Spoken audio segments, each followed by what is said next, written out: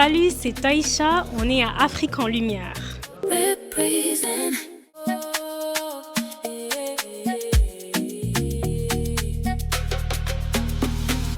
Depuis toujours, l'Afrique subit beaucoup de préjugés. Quand on parle de l'Afrique, on parle toujours de l'Afrique avec des clichés. Et nous avons pensé qu'il était important que nous parlions de l'Afrique. Elle n'est certes pas parfaite, mais il y a aussi de très très belles choses. Et aujourd'hui, ce potentiel mérite d'être valorisé.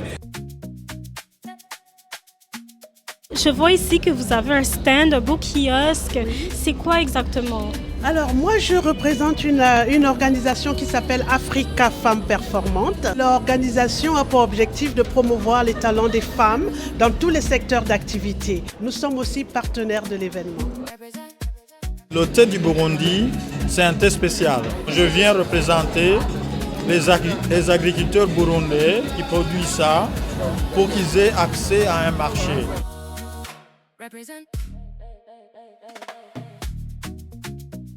Nous sommes là pour mettre l'Afrique en lumière, comme vous l'avez dit, précisément la Côte d'Ivoire.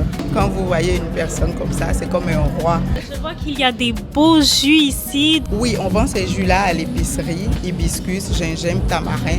On utilise la matière première. Cette matière première-là, elle vient de la Côte d'Ivoire. Et puis, on veut montrer au monde aussi que nous, on a des jus. Chez nous, on a de belles choses que vous devez connaître, que le monde doit connaître.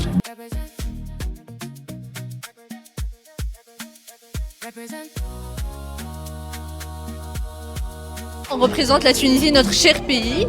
Fait qu'ici on voit les habits traditionnels. Ça par exemple, ça appartient au sud tunisien. Puis on a ici quelques trucs artisanaux. Bien sûr, on a les trucs qu'on fait à la maison, genre ça c'est comme des trucs sucrés tunisiens. Soyez la bienvenue chez nous.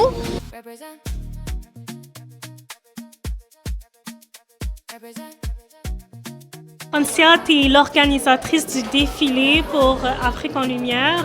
On commence par booker les personnes, essayer de voir qui est-ce qui est intéressé à aller dans le projet, à embarquer. J'ai choisi les stylistes en fonction de leur authenticité. Eux, ils racontent une histoire vécue ou une histoire de leur pays à travers la mode. Tu portes un très bel habit. Est-ce que tu peux m'expliquer d'où ça vient? Et en fait, je porte une écharpe avec des motifs traditionnels. Ça s'appelle Aloual.